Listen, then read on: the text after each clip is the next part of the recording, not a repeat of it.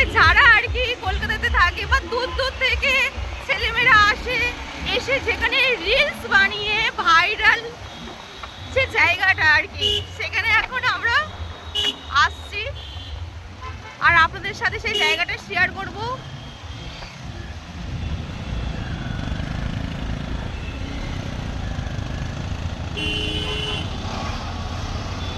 আর এটা হচ্ছে কলকাতার পরিচয়।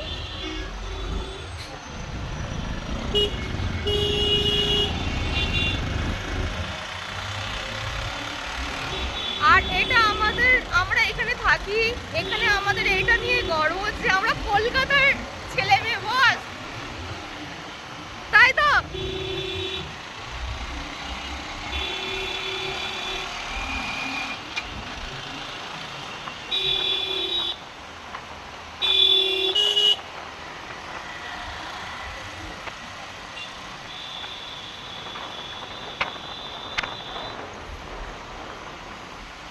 এই সেই ভাইরাল জায়গা